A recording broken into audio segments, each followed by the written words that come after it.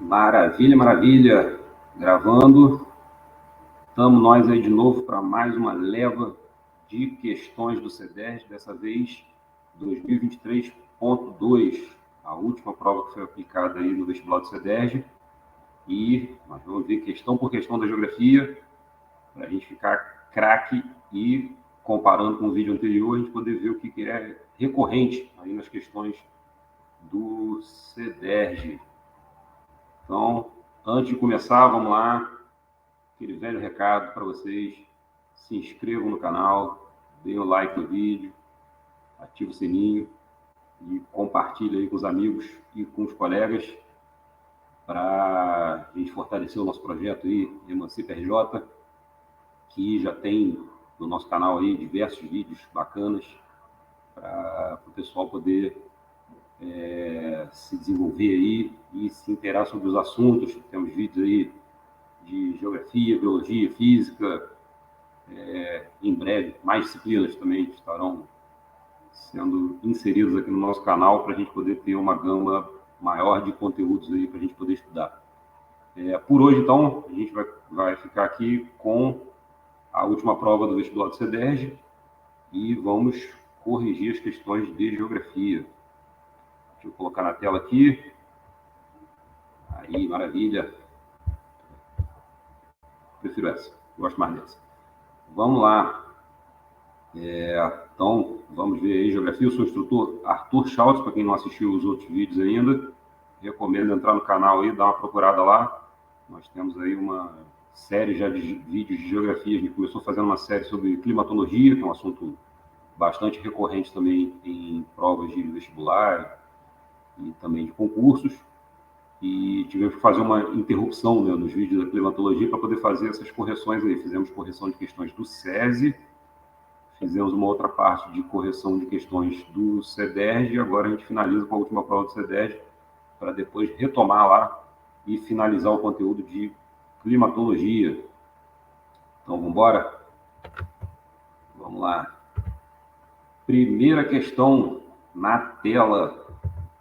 A gente vai ler junto, então, a questão e vou dar a mesma dica que eu dei nos outros vídeos. Atenção ao enunciado e atenção para responder exatamente o que o enunciado quer da gente, né? Não adianta a gente identificar entre as opções ali de marcação uma alternativa que não contenha nenhuma inconsistência lógica, que não tem nada escrito de errado, mas que não responde à questão. Então, a gente tem que estar atento para responder a questão. O que a gente quer é conseguir responder a questão. Então, vamos lá, vamos ler junto. E conforme for aparecendo uma situação ou outra aqui, a gente pausa, dá uma olhadinha, vê do que está falando exatamente, para a gente conseguir identificar, que é o mais importante nesse momento, o que está sendo pedido para a gente. Vamos lá. Considere o texto sobre o processo de assoreamento. Então, de cara, a gente já tem que se ligar, né? O que é assoreamento? A gente tem que ter já uma base antes aí para poder compreender já de cara. Mas o texto, a questão já nos dá no enunciado que vai vir um texto sobre esse processo, então a gente já fica mais tranquilo para saber o que é, né? Mesmo que a gente não tenha antes visto o tema, a gente já vai ter uma aproximação com ele só de ler o enunciado da questão. Então, vamos lá. O assoreamento é o processo de alteração e ou degradação dos rios e cursos d'água em geral. O principal impacto ambiental desse problema é o acúmulo de bancos de areia nas áreas de águas pluviais, gerando alterações no curso dos rios ou, em casos extremos, provocando a sua extinção ou redução substancial de sua vazão. Então, ele está colocando para a gente aí, né, que é a quantidade de sedimentos aí, de areia que se acumula, né, em partes de rios, e seria, né, a explicação para esse processo de assoreamento, correto? Então, vamos lá. A principal causa do assoreamento nos cursos de água é a intensificação da... Então, precisamos ver aí, ele está perguntando para a gente qual é a causa disso, né? O que gera esse acúmulo aí de sedimentos no curso dos rios. Letra A. navegação fluvial. Então, ele está dizendo aí que o fato da gente navegar por rios, né, tem alguns rios aqui no Brasil, por serem de extensão maior, de profundidade maior, eles geram essa condição de navegação. Você consegue atravessar ele com barcos, né? O que não é realidade para outros rios, né? Você tem rios menores, com profundidade baixa, o que impediria a navegação neles, né? Mas ele está dizendo aí que a navegação em si seria responsável por assoreamento de cursos d'água. Não me parece ser, né, uma questão correta, né? Ou seja, a navegação por si só não seria responsável por gerar acúmulos de sedimentos dentro dos rios. Então, a letra A, por enquanto, está sendo descartada. Letra B, fertilização da terra, ou seja, tornar a terra mais fértil para a agricultura geraria acúmulo de sedimentos nos rios. Também não parece ter, né, uma relação direta aí. Letra C, sedimentação do solo. Opa, aqui já começamos a ver alguma coisa interessante, né? O que é o processo de sedimentação? O processo de sedimentação é a quebra das rochas ali que compõem o solo em partes cada vez menores até se formar o que a gente chama de sedimentos, mesmo, né? Ou seja, poeira, pó, nos casos mais de intensidade maior, ou seja, que já está num grau mais avançado de intempérie atuando sobre essas rochas, que degrada elas até um ponto em que vira pó mesmo, poeira, né? Aliás, a terra, a areia da praia, né? Tudo isso já foi rocha no passado, ela foi se degradando, até chegar a partículas pequenas e se tornar terra, né? Se tornar areia, né? Inclusive, recomendo vocês a entrar no Google aí, digita alguma coisa como o perfil do solo, procura lá no Google Imagens, que vocês vão ver no perfil do solo que as partes mais profundas têm rochas mais consolidadas, enquanto que as partes mais superficiais são as partes mais sedimentadas mesmo, né? Ou seja, que estão com um processo de intempérie e de sedimentação mais consolidado, né? Então, a sedimentação do solo é justamente isso, ou seja,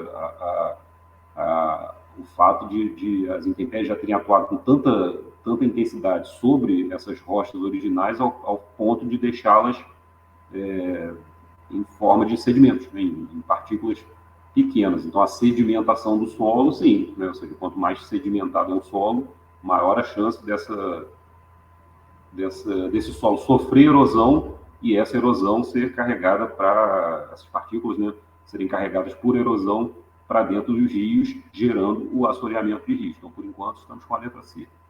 Vamos ver a última aí, letra D, vegetação nas margens. A famosa mata ciliar, ela é uma causa do inverso do assoreamento, né? Justamente a vegetação nas margens dos rios tende a impedir o assoreamento dos rios, já que impede que boa parte desses sedimentos atinjam de fato o curso d'água. Portanto, letra C seria a nossa opção. Vamos passar para a próxima página aqui para ver se está tudo correto. Só um segundo. Está aí. Sedimentação do solo, portanto, como nosso gabarito. Se ele tivesse colocado assim, erosão do solo, também estaria correto, né? Talvez tivesse até um pouco mais completo se fosse a erosão, né? Porque justamente do processo de erosão que você tem o arrastamento dessas partículas que se desprendem ali da sua área original e são arrastadas para outras áreas. Nesse caso aqui, como a gente está falando de assoreamento de cursos d'água, seria, né, o arrastamento para rios, né, para cursos d'água, correto? Então, vamos para a próxima questão. Questão na tela, tá aí, segunda questão para a gente, com uma imagem aí e o início do enunciado já dizendo para a gente observar essa imagem. Então, lá, observe a charge abaixo, no nosso caso ele está do lado, né? Porque se fosse colocar abaixo ia tomar muito espaço na tela e aí não ia dar certo. Eu tive que dar uma configurada aí para ela ficar do lado e a gente conseguir visualizar toda a questão numa tela só. Então, temos aí uma charge que mostra um prédio alto chutando uma casa baixa, né? Ou seja, um prédio vertical que se livra ali de uma construção mais baixa. Então, aí para a gente já começou a dar né, uma indicação do que se pode encontrar ali na resposta correta para essa questão. Mas vamos lá, continuando anunciado aí, na charge, registra-se uma crítica explícita ao seguinte processo urbano. Então, vamos ver as opções de marcação. Letra A, favelização. O processo de favelização é a expansão de favelas, né? Ou seja, a expansão de áreas, dessas áreas nas quais a gente identifica, né, como favelas, né? Que seriam essas áreas com infraestrutura precária, amontoados de casas que, por vezes, dividem parede ali e que não contam com uma estrutura muito bem formada e que geralmente se encontram em áreas de risco, já que podem ser aí atingidos por chuvas que geram deslizamentos, desmoronamentos, né? Então, esse é o processo de favelização, quando estou falando de deslizamento e desmoronamento, quando elas se encontram em áreas de risco, né? Mas nem todas as favelas são formadas em áreas de risco de desmoronamento, de deslizamento, algumas são em áreas planas e tal. Mas o processo de favelização se refere a essas áreas periféricas mais pobres, com infraestrutura precária, né? Que não é o caso que está sendo retratado ali na charge. A charge está só mostrando um prédio mais alto que se livra, né? Ou que toma o lugar ali de uma construção mais baixa, no caso, uma casa, né? Segunda opção de marcação, letra B, gentrificação. A gentrificação é um conceito que deriva do inglês, se não me engano, uma socióloga inglesa criou o termo gentrification, né, que aportuguesado virou gentrificação, que seria esse processo aí de reformas urbanas e embelezamento de algumas áreas que geram uma valorização fundiária ali, uma valorização imobiliária, e essas áreas passam a expulsar as pessoas que moravam ali, porque elas não têm mais condições de conseguir se manter naquela área que está altamente valorizada. Então, esse seria o processo de gentrificação. Letra C, também não parece ser o caso ali principalmente assim, observando que está na charge especificamente, que é um prédio mais alto, expulsando uma construção mais baixa. Letra C, turistificação. Turistificação se refere a um processo de adaptação de um determinado espaço para a implantação de objetos turísticos, vamos dizer assim, e que atraiam turistas para aquela região, né? Então, é um processo de mudança estrutural, vamos dizer assim, de algumas áreas para atrair turistas, né? Então, também não parece ser o caso ali, é um prédio alto por si só. Pode ser que ele seja uma atração turística, mas ele não foi pensado para ser uma atração turística, portanto, não é o caso ali do que está listado na charge. Sobrou para a gente, portanto, a letra D, verticalização. Opa, agora sim, né? A gente até comentou no início lá que só de a gente olhar a charge, a gente já vê um prédio alto, portanto, vertical, né? Que se livra, vamos dizer assim, de uma casa mais baixa, que seria uma horizontalidade do espaço, né?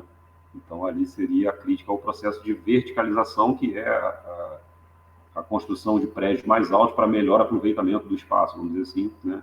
Já que um aproveitamento horizontal do espaço, ele ocupa mais espaço, obviamente, e um processo vertical, ele ocupa menos espaço, porque você consegue concentrar numa área menor uma maior quantidade aí pode ser de apartamentos ou de salas comerciais, enfim, né?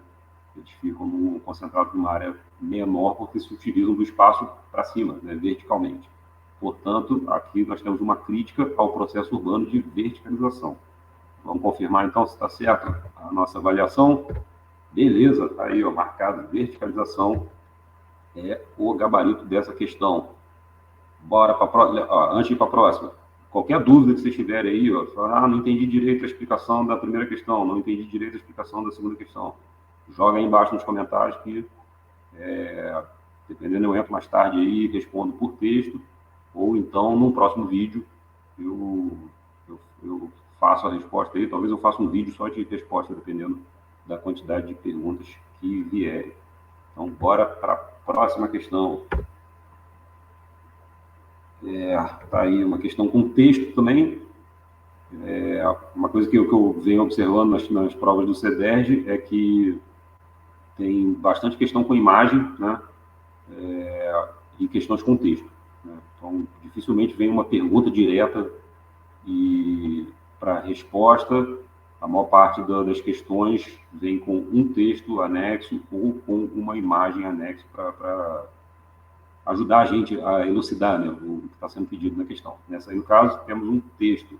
E um texto sobre migração. Então já temos uma recorrência com relação à prova anterior, que na prova anterior também tratava de uma questão de migração. Então, recomendo ao pessoal que vai fazer o vestibular do CEDERJ aí, dar uma conferida lá em estudos de demografia, na geografia, né? Em especial os estudos aí sobre migração, né? E olhem os conceitos também, né? Migração, diferença entre imigração e emigração, né? Porque por vezes aí uma letrinha na palavra aí pode mudar tudo, né? Pode mudar todo o entendimento e fazer a gente ficar confuso na hora de responder. Vamos lá, deixa eu aumentar aqui para ficar mais fácil para eu ler. Considere o texto sobre migração. Após as restrições de viagem durante a pandemia de Covid-19 terem desacelerado a migração global em 2020, os números voltaram a subir em 2021. No México, os dados apontam que a movimentação cresceu em 2021. O país recebeu mais de 123 mil pedidos de asilo de pessoas vindas de países do Caribe, América Central e América do Sul. Em 2014, 2.100 pessoas solicitaram o status de refugiado no México. 5 anos depois, em 2019, esse número havia aumentado para mais de 70 mil. É só um aumento significativo. O número vem apresentando tendência de alta. Então, perceba aí, de 2.100 pessoas para 70 mil e depois para 123 mil, revela uma tendência, de fato, de alta e de alta acentuada, né? Vai aumentando galopantemente. Esse incremento no número de pedidos de asilo é explicado principalmente pelo fator. Então, vamos ver aí quais são os fatores que estão listados nas alternativas para a gente poder ir eliminando as que estão erradas e chegar na resposta correta. Letra A. Expansão do pleno emprego em países caribenhos e sul-americanos. Se houvesse uma expansão do pleno emprego em países caribenhos e sul-americanos, as pessoas tenderiam a continuar nesses países e não pedir migração para o México, né? Então não faria muito sentido, né? E na verdade o que a gente tem nesses países é um aumento do emprego informal, né? Ou seja, o aumento da informalidade que faz com que as pessoas busquem maior estabilidade e melhor qualidade de vida em países onde se encontra isso, que não é o caso aí de países caribenhos e sul-americanos. Letra B. Liberalização da imigração latino-americana para os Estados Unidos. Também não, né? Aqui o texto vem tratando ali entre 2020 e 2021, que foi um período que nós tivemos o governo Donald Trump nos Estados Unidos, no qual houve um contrário da liberalização, né? Houve um enrijecimento das leis de imigração e alguns casos até dramáticos aí foram noticiados aí sobre crianças sendo separadas dos pais e tendo que ficar presas, vamos dizer assim também, separadas dos pais, enquanto o processo ali de ver se manda de volta para o país de origem, se prende, algumas pessoas estão sendo criminalizadas por terem entrado ilegalmente nos Estados Unidos. Então, não houve uma liberalização da imigração latino-americana para os Estados Unidos, o contrário disso, né? Houve um enrijecimento desse processo no período ali que está sendo avaliado, né, durante o governo Donald Trump. Letra C, bloqueio de fronteiras entre países do Caribe, América Central e do Sul, né? Não houve um bloqueio de fronteiras entre esses países e isso também não explicaria a quantidade de pedidos de asilo no México, né? O que explica a quantidade de pessoas querendo ir para o México, obviamente, é o fato da proximidade geográfica do México com os Estados Unidos e de que, tradicionalmente, muitas pessoas tentam entrar nos Estados Unidos via México, né? Aqui no Brasil já teve até novela sobre isso, né?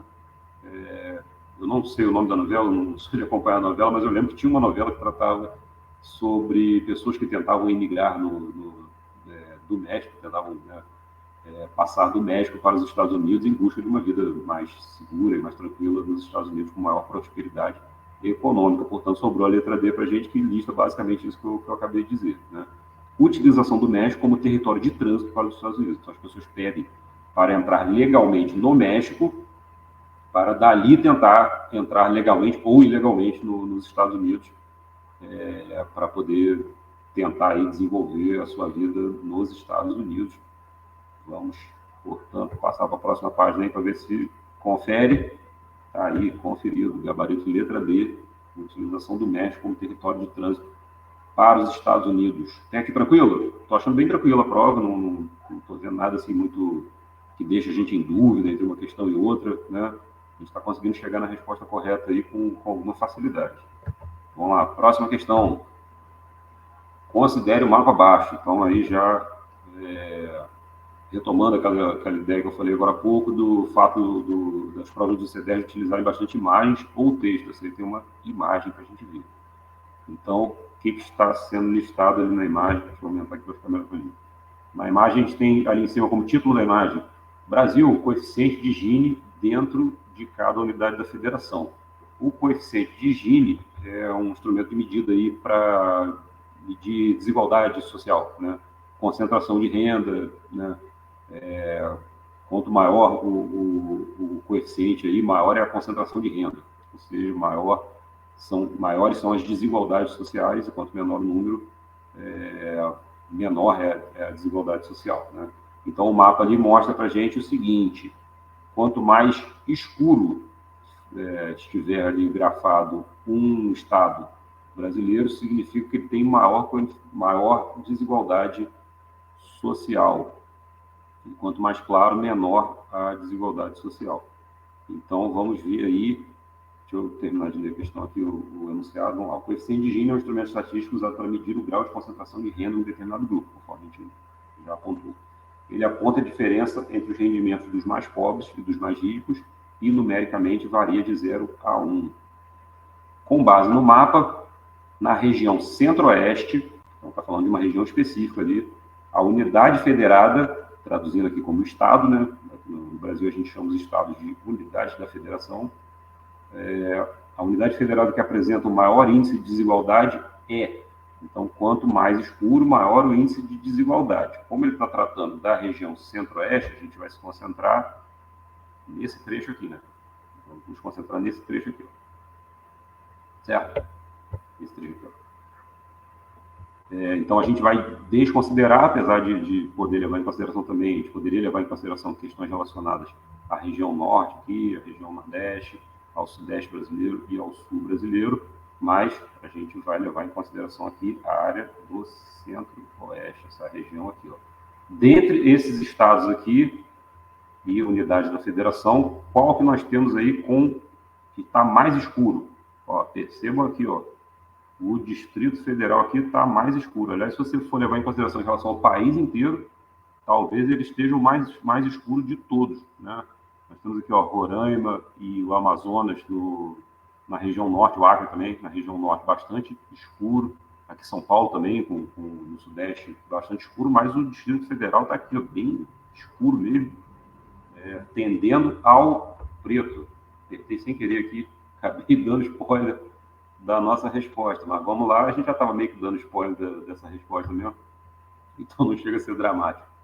Então, dentro da região centro-oeste, a unidade federada que apresenta o maior índice de desigualdade é o Distrito Federal, né? Spoiler já foi dado mesmo, então já posso até mandar de uma vez aí. Letra C, Distrito Federal. Para responder essa questão aí, basicamente, você precisa conseguir identificar, né, as unidades da federação ali. Recomendo pegar aí um mapinha do Brasil, joga lá no Google lá, mapa do Brasil, unidade da federação, mapa do Brasil, estados, alguma coisa assim, que vocês vão ver um mapa com todos os estados ali listados. Eu recomendo dar uma olhadinha ali para saber identificar, nem que seja mais ou menos, nem que seja aproximadamente. No Nordeste ali você tem alguns estados menorzinhos, né? Algumas unidades menorzinhas que às vezes pode gerar alguma confusão. Então, é bom dar uma olhadinha ali, dar uma memorizada ali na posição, na localização geográfica dos estados, porque, por vezes, algumas questões como essa aí vão exigir da gente conhecer, né, saber quais são os estados e onde eles se localizam geograficamente. Então, bora para a Próxima questão. Mais uma questão com texto. Então, percebo que está meio que alternando aqui para a gente, né? Uma questão com texto, uma questão com imagem, uma com texto, uma com imagem. Mas é uma espécie de regra aí nas provas de vestibular do CEDERJ, as questões com texto e com imagem. Então, vamos lá, mais uma com texto. Considere o texto sobre a agricultura nacional. Então, ó, temos mais uma recorrência aí também, temática no vestibular do CEDERJ, que é a questão da agricultura. Na outra prova caiu uma perguntando qual era o produto da nossa agricultura aí com maior número de exportações, né? A gente viu lá que era a soja, certo? Então aqui vamos ver do que ele está tratando aqui sobre a agricultura brasileira. No Brasil, a partir da década de 1990, demandas crescentes e políticas macroeconômicas de estabilização, como controle da inflação e taxas de câmbio mais realistas, impulsionaram ainda mais o crescimento do setor agrícola, que passou a ser o principal responsável pelo superávit da balança comercial. Entre 90 e 2017, o saldo da balança agrícola do país aumentou quase 10 vezes, alcançando neste último ano a cifra aí de 81,7 bilhões de dólares, valores que têm contribuído para o equilíbrio das contas externas do país. Em 2016, o agronegócio como um todo gerou 23% do PIB e 46% do valor das exportações. Em 2017, o setor foi responsável por 19 milhões de trabalhadores ocupados. Então, percebo aí a importância, né, do setor agrícola e do agronegócio para a economia brasileira, é quem, de fato, vem segurando a nossa balança comercial, né, por vezes.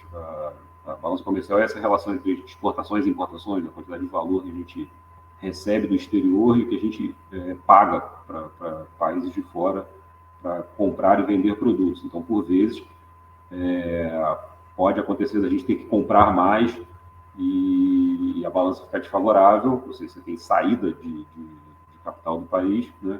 E nas oportunidades em que a gente vende mais do que compra, pelo menos tratando aqui de valores, né? Não necessariamente de unidades vendidas, mas de valores, quando a gente vende mais do que compra, a gente tem um saldo positivo na balança do país, ou seja, maior entrada de capital no país, né?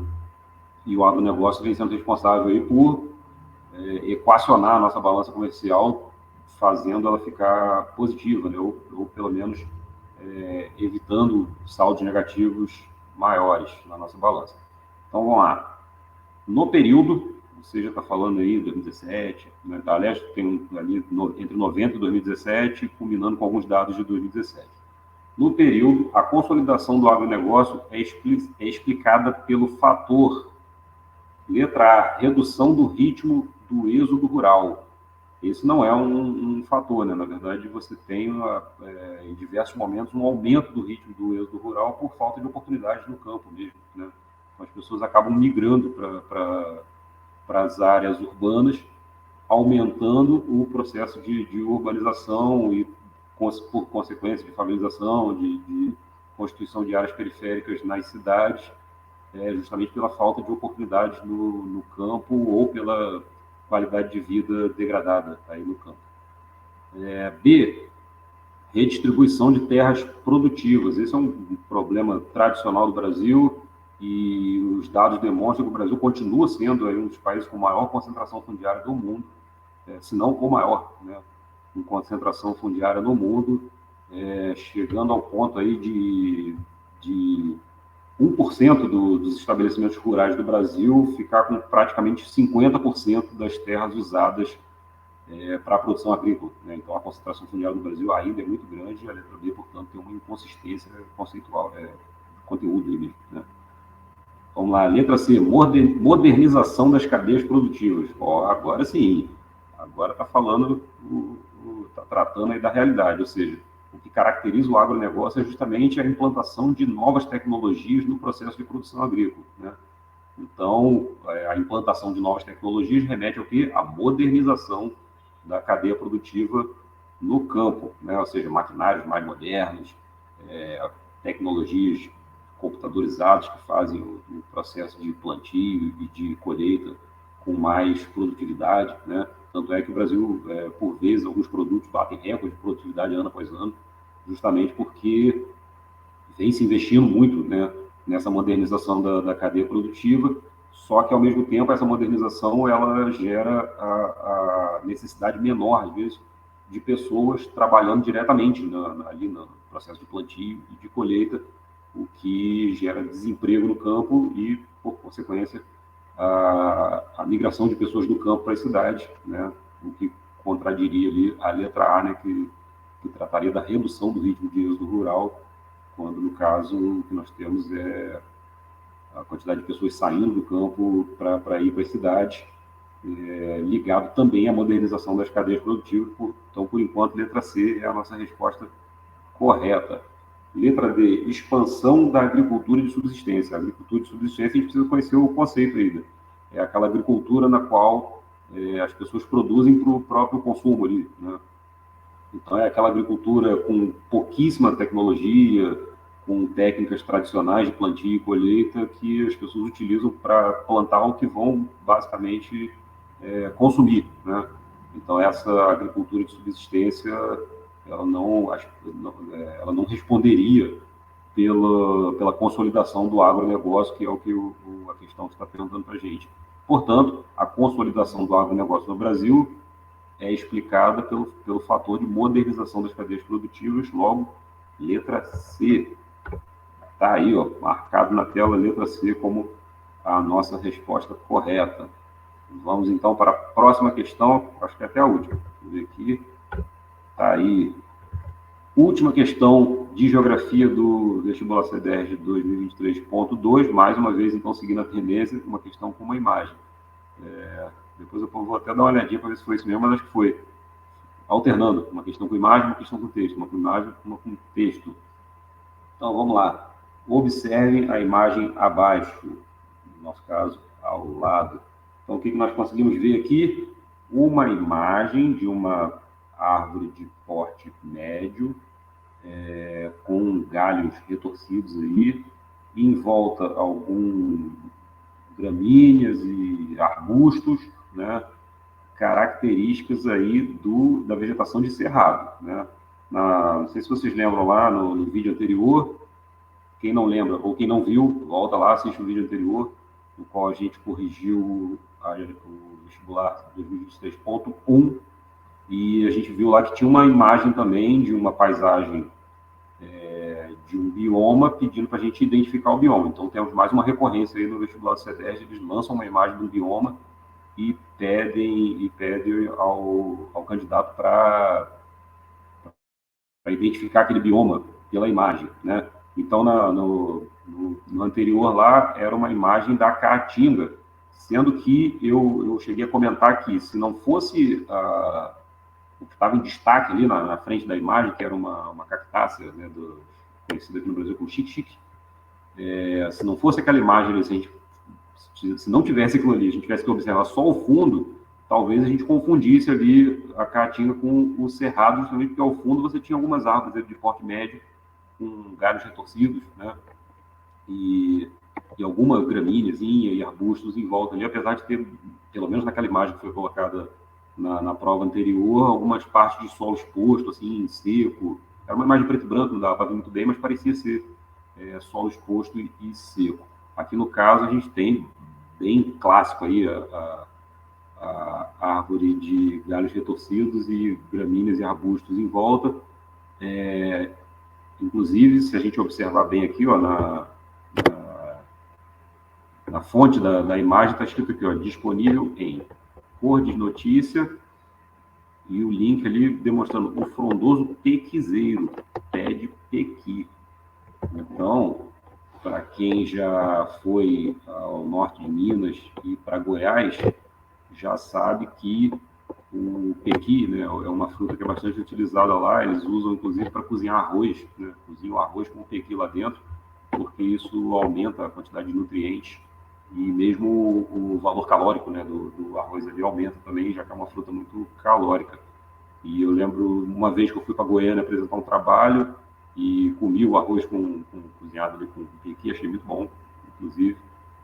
E eu lembro que uma pessoa falou comigo assim: o pequi, você cozinha ele aqui no arroz aqui, mas você não pega ele para comer direto, não. Você não pode comer o pequi igual come maçã, não.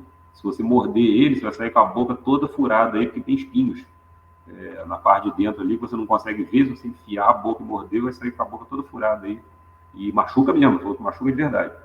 Então, o pequi é típico ali daquela região ali, norte de Minas, Goiás, bastante utilizado, o que já remete a gente aí para qual tipo de bioma que está sendo tratado, né?